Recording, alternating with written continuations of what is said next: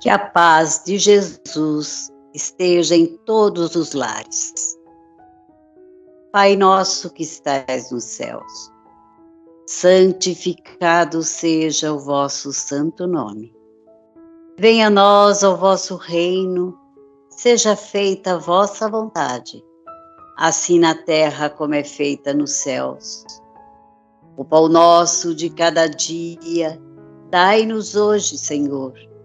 Perdoa as nossas dívidas, assim como perdoamos aos nossos devedores. E não nos deixes cair em tentação, mas livra-nos de todo o mal. Que assim o seja. Prece a Bezerra de Menezes.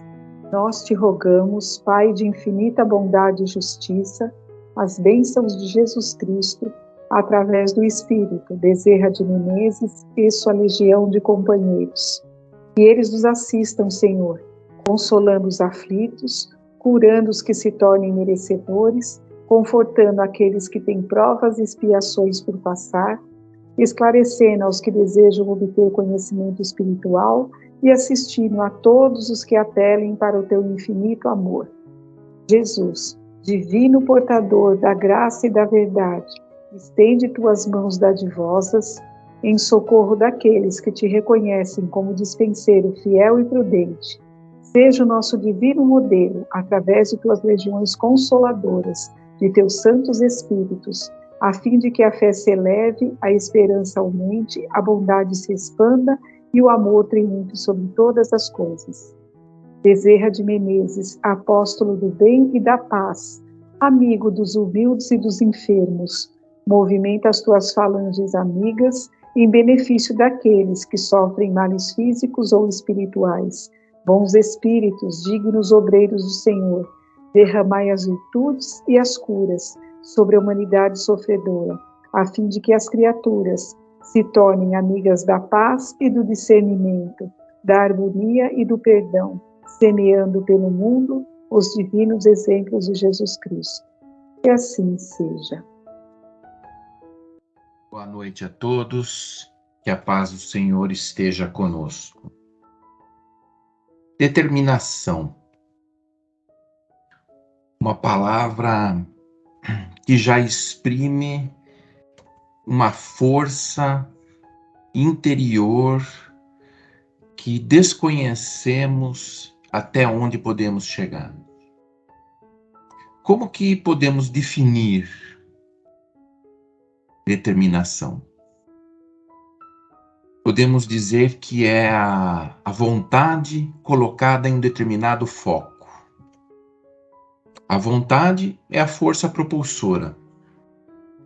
E o foco, o objetivo, a meta. Isso é determinação. Mas também ela pode ser tanto uma característica como uma habilidade que pode ser desenvolvida. É a mistura de paixão, perseverança e autodisciplina, que nos mantém seguindo em frente apesar dos obstáculos. É a resiliência que nos mantém em pé após fracassos, muitas vezes seguidos. Ou talvez a ambição, que nos faz direcionar todas as nossas energias. A necessidade de realização que mantém o esforço focado em um objetivo, mesmo que seja por longos períodos, mesmo que tenhamos que tentar novamente, começar, recomeçar, depois de falhas, até conseguirmos.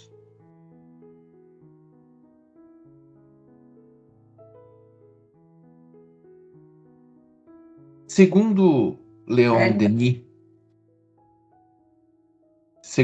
Denis, a vontade é a maior de todas as potências da alma e o combustível da determinação. A vontade, em sua ação, ela é comparável ao ímã. que atrai para si aquilo que é necessário para realizar o que desejamos. Então, vejam bem, o ímã, o pensamento positivo, a vontade não só é capaz de canalizar os nossos esforços, como ela ajuda a realizarmos os nossos empreendimentos. E esse também é o segredo da fé e da oração. Pois quando nos conectamos a Deus através da oração, tudo o que pedirmos com vontade se realizará. Orar com fé é orar com vontade. No livro Pensamento e Vida, de Emmanuel, obra psicografada por Chico Xavier, ele compara a mente humana como um grande escritório, que é subdividido em diversas seções, em diversos departamentos. E após fazer diversas considerações sobre a mente, Emmanuel diz que nós possuímos na mente diversos departamentos, entre eles o departamento do desejo, que é um departamento onde se operam os propósitos e as aspirações, e que acalentamos nesse departamento o estímulo ao trabalho. Ou seja, o desejo é uma força propulsora que nos movimenta, que nos estimula ao esforço para conquistarmos algo. Também temos na mente o departamento da inteligência, dilatando os patrimônios da evolução e da cultura. Quer dizer que todas as nossas aquisições de conhecimento em experiências de vidas anteriores se transformam em patrimônio evolutivo e nos dá uma identidade espiritual em nossa existência eterna. O departamento da imaginação amealha as riquezas do ideal e da sensibilidade, segundo Emmanuel. Ou seja, a imaginação é uma força incrível de capacidade de criação, onde projetos, situações de vida, sonhos, eles acontecem antes que se tornem realidade. É a antessala dos nossos projetos, é a antessala de materializarmos em nossa mente primeiro aquilo que queremos. E temos também o departamento da memória, que arquiva as súmulas das nossas experiências, segundo Emmanuel. Essa é responsável pelos registros de tudo que fazemos e do que nos acontece, onde nossos créditos e débitos de nosso espírito estão ali anotados em nossa consciência e atravessa por todas as nossas existências. Porém, diz Emmanuel, que acima de todos esse departamento há o gabinete da vontade. A vontade é a gerência esclarecida e vigilante, governando todos os setores da ação mental. Ou seja, a vontade é a gerente, é a chefe. Ela é mais esclarecida que os outros e tem por finalidade se manter vigilante e orientar e governar a todos os outros departamentos. Nela, dispomos o botão poderoso que decide o movimento ou a inércia da máquina, ou o movimento ou a inércia de cada uma das nossas potências. Ela também pode ser considerada o leme de todos os tipos de forças incorporadas ao nosso conhecimento. Na vontade temos o controle que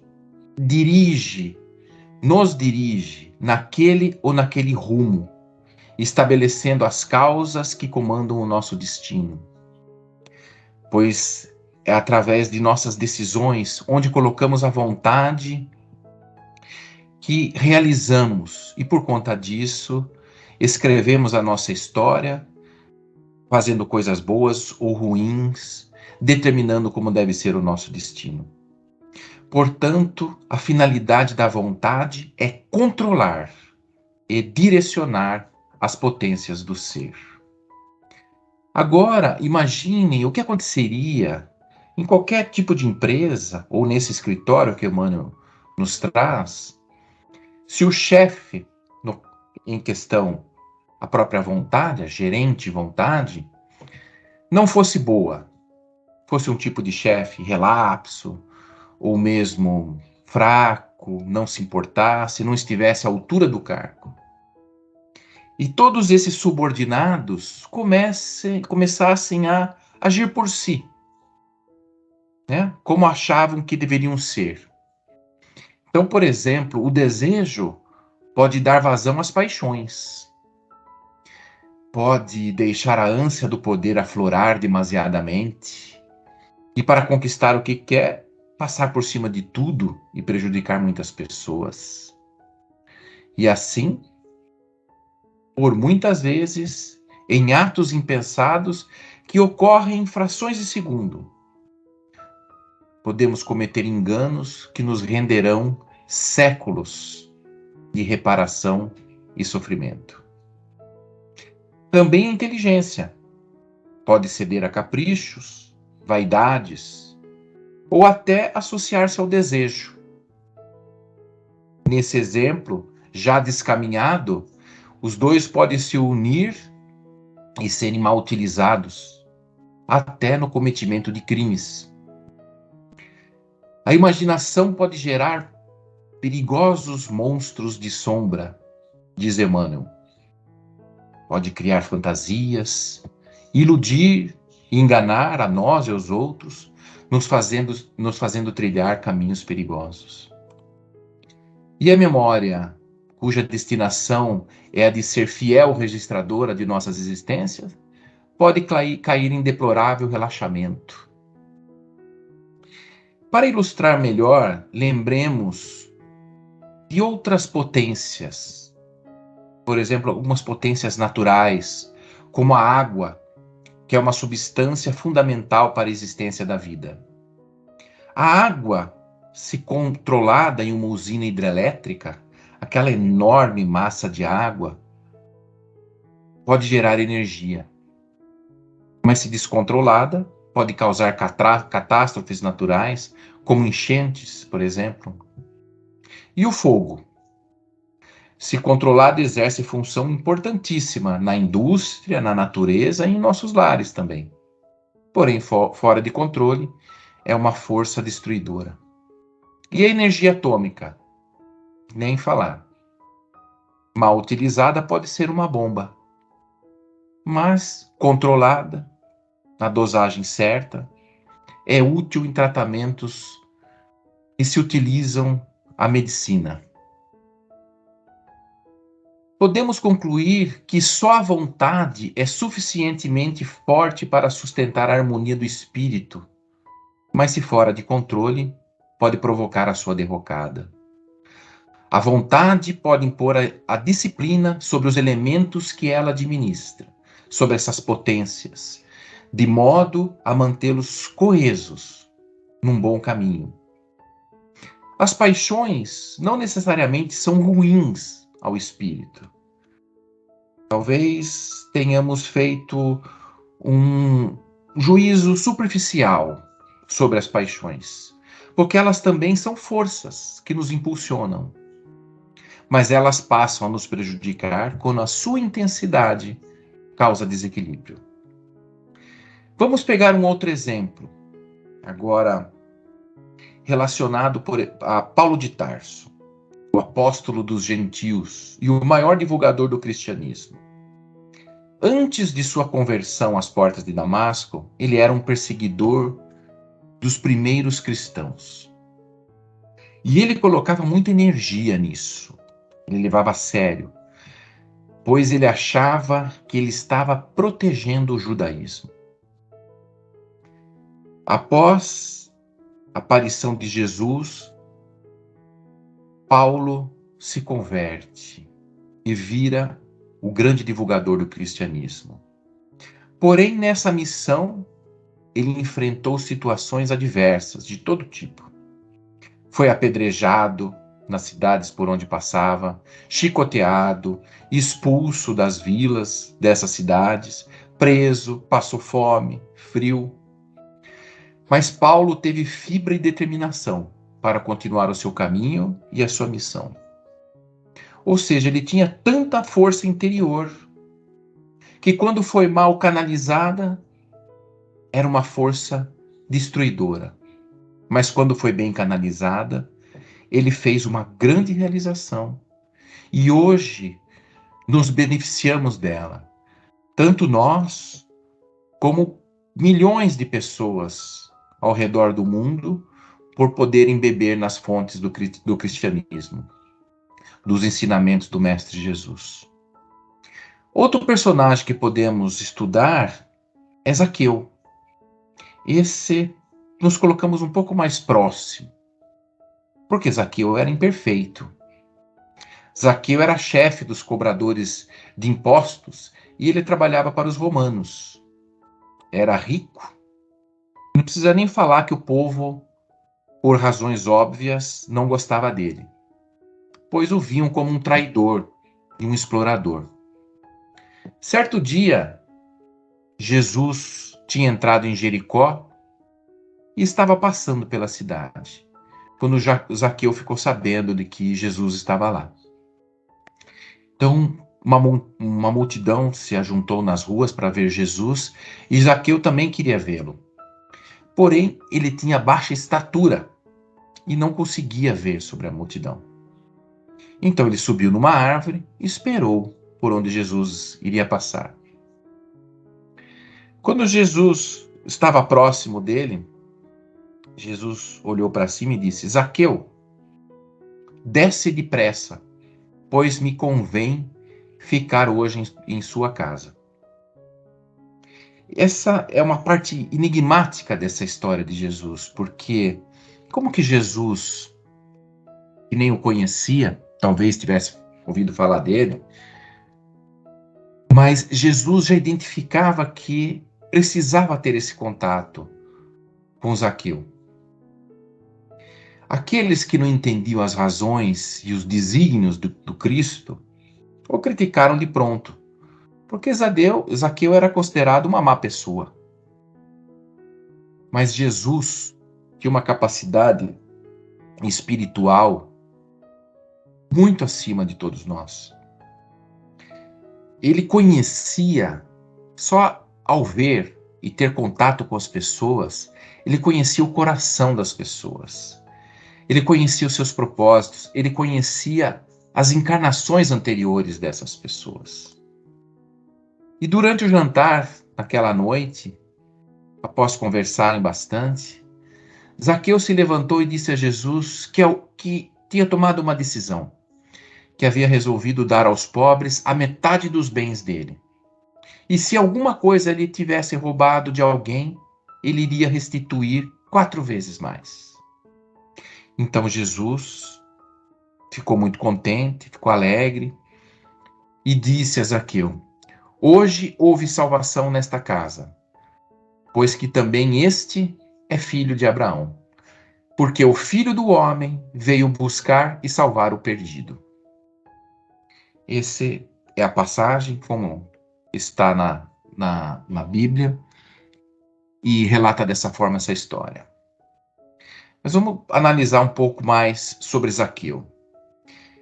Primeiro que essa história tem diversas figuras de linguagem, né?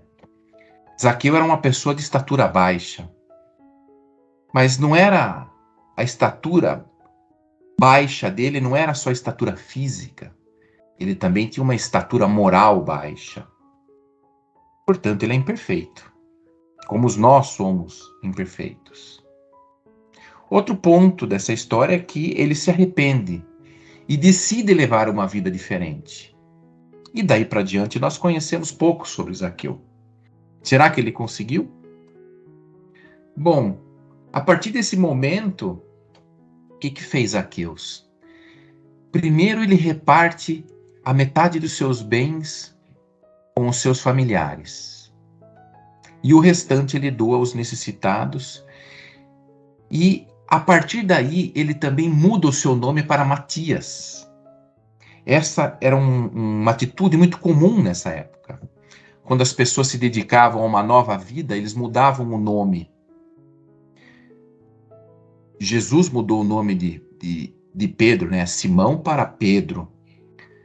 Paulo de Tarso era Saulo, virou Paulo. Então Zaqueu, agora como Matias, criou a Casa de Benefícios para abrigar os desvalidos, doentes, perturbados e todo tipo de abandonado no mundo. E durante suas encarnações sucessivas, ele fundou mais 7 casas de benefícios. E com exceção da última que ele fundou, todas as outras foram destruídas pelo inimigo da luz. Ele também se dedicou por 2 encarnações à conversão do seu próprio filho, o Tassiano. A conversão dele ao cristianismo. E esse episódio da vida dele é narrado no livro Ave Cristo, de Emmanuel, também psicografia de Chico Xavier. Posteriormente, no século V, ele reencarna como irmão Parmênio e mais uma vez ele foi martirizado. Ele constrói um recanto que chamava também de Casa dos Benefícios, onde se dedicava a divulgar os ensinos do Divino Mestre e também abrigar sofredores de qualquer procedência, de qualquer região. E quando ficou bem velhinho, em idade avançada, foi abandonado pela família sem cuidados.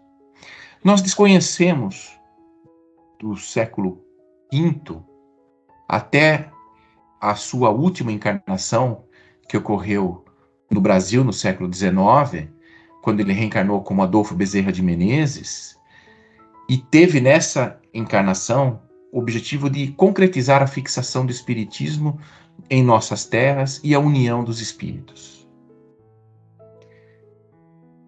E a partir do momento que Zaqueu compreendeu a sua situação, ele passou por todas essas reencarnações, restituindo o que ele havia tirado das pessoas de quando era cobrador de impostos.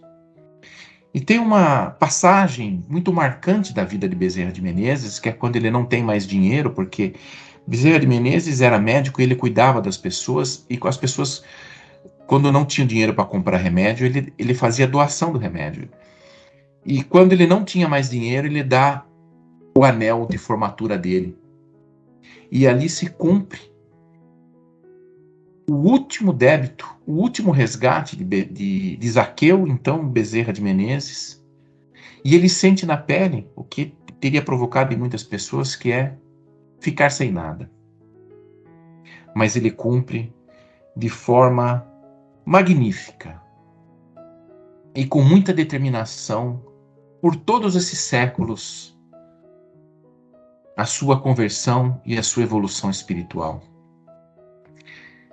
E Zaqueu enfrentou as multidões, não só naquele dia, como ele não conseguia ver Jesus, porque ele tinha baixa estatura e a multidão estava na frente dele, mas ele enfrentou as multidões exteriores e interiores.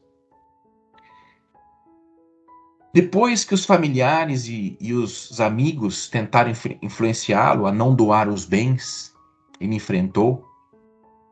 E também lutou com sua multidão interior, que é caracterizada pelas más tendências, que o impulsionava a continuar aquele ser antigo, a ceder aos desejos e os prazeres físicos, materiais. Precisamos entender que existe em todo ser uma centelha divina, que é como uma porção do Criador que carregamos em nossa alma desde o momento da criação. E essa centelha fica no interior da alma de cada ser. E por isso, os evangelhos se utilizam de tantas figuras de linguagem se referindo a essa interiorização. fala muito das sementes, do tesouro escondido dentro do solo, dos peixes que são retirados da água. E para acessarmos essa centelha, temos que nos interiorizar, nos conhecermos, vencermos as nossas más tendências, rompermos a casca desse mundo externo, que é movido pelas paixões físicas, por essas multidões que temos contato todos os dias, para então encontrarmos essa semente que se encontra no cerne do nosso ser. E fazendo isso, estaremos alinhando a nossa vontade com a vontade de Deus. E estaremos prontos para experienciarmos uma vida mais elevada e caminhar em busca da verdadeira felicidade. Quando isso ocorrer, a nossa vontade interior passará a controlar a nossa vontade exterior. Ou seja, o nosso eu interior controlará o nosso eu exterior, controlará as nossas paixões, nos dará a direção correta de todas as nossas potências. E ao invés de arrastarmos sofrimentos para o futuro por erros em nossas escolhas, estaremos semeando felicidade e realizações. E para isso é necessário que tenhamos muita determinação. Muito obrigado. Uma boa noite a todos. Agradecemos a todos que participaram desse evangelho, encarnados e desencarnados, aos nossos benfeitores espirituais que nos assistiram e nos guiaram para um bom entendimento. Que eles nos ajudem a pôr em prática os ensinamentos aqui aprendidos e assim nos sentirmos a cada dia mais fortalecidos na nossa transformação diária. Que possamos receber tudo aquilo que aqui viemos buscar, de acordo com o nosso merecimento, com a força de vontade e com a fé de cada um de nós. Elevemos os nossos pensamentos a Deus, a Jesus e a toda a espiritualidade, e com muita paz vamos iniciar o momento do passe. E neste instante, vamos elevar o nosso pensamento até o Divino Mestre Jesus. E, em primeiro lugar, agradecer por podermos estar todos aqui reunidos em torno de um Evangelho, nos esclarecendo. Agradecer por essa família maravilhosa que nos tornamos, que nos encontramos, mesmo que pelo celular, né? Pela internet, todas as sextas-feiras.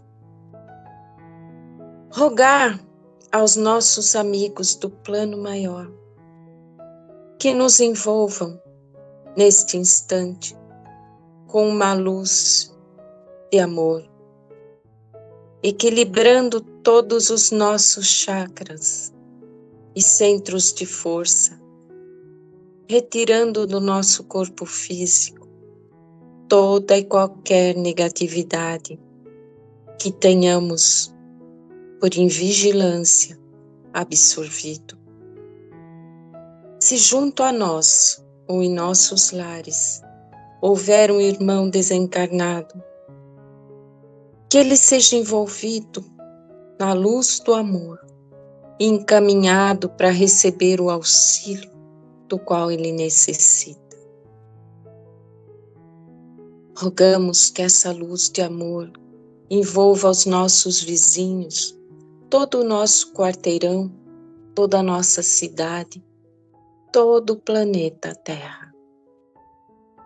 Que a luz de Deus e de Jesus entre por todos os orfanatos, clínicas de dependentes químicos, clínicas de repouso.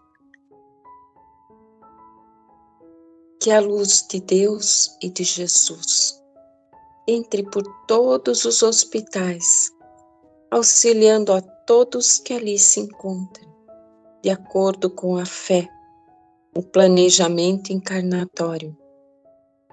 e o merecimento de cada um. Que a luz de Deus e de Jesus chegue até o Dr. Wagner, até o Dr. José Augusto, para que eles recebam a luz da cura.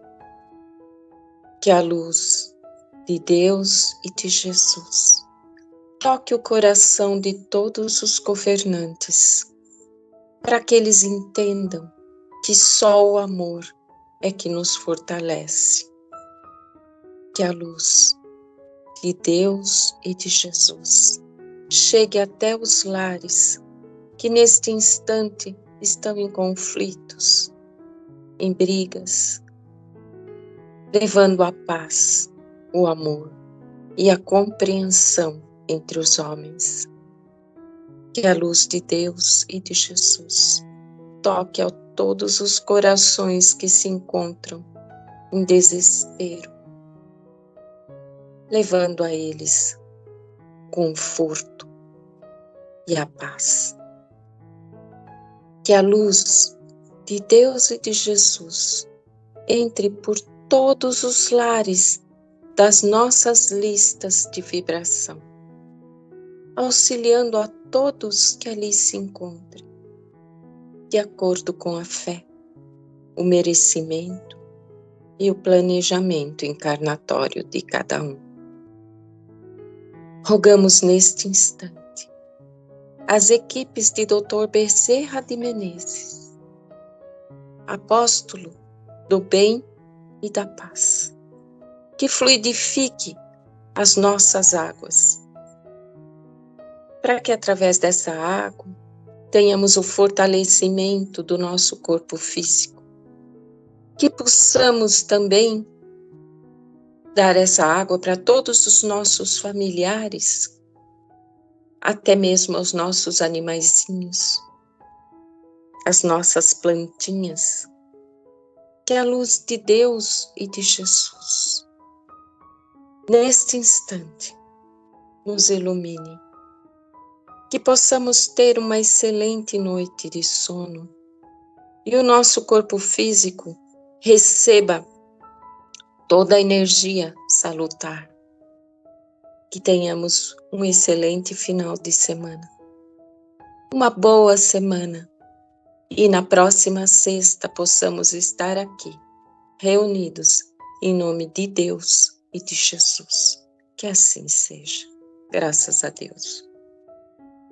Deus, nosso Pai, que sois todo poder em bondade, dai a força àquele que passa pela provação, dai a luz àquele que procura a verdade, pondo no coração do homem a compaixão e a caridade. Deus, dai ao viajor a estrela guia, ao aflito a consolação, ao doente o repouso. Pai, dai ao culpado o arrependimento, ao espírito a verdade, à criança o guia, ao órfão o pai. Senhor, que a vossa bondade se estenda sobre tudo o que criaste. Piedade, Senhor, para aqueles que não vos conhecem. Esperança para aqueles que sofrem. Que a vossa bondade permita aos Espíritos Consoladores derramarem por toda parte a paz, a esperança e a fé. Deus, um raio, uma faísca do vosso amor pode abrasar a terra. Deixa-nos beber nessa fonte fecunda e infinita, e todas as lágrimas secarão, todas as dores se acalmarão. Um só coração, um só pensamento subirá até vós, como um grito de reconhecimento e de amor. Como Moisés sobre a montanha, nós os esperamos de braços abertos, ó poder, ó bondade, ó perfeição, e queremos de alguma sorte alcançar a vossa misericórdia. Deus, dai-nos a força de ajudar o progresso, a fim de subirmos até vós. Dai-nos a caridade pura, dai-nos a fé e a razão. Dai-nos a simplicidade que fará de nossas almas o espelho onde se deve refletir a vossa santa e divina imagem. Que assim seja. Graças a Deus.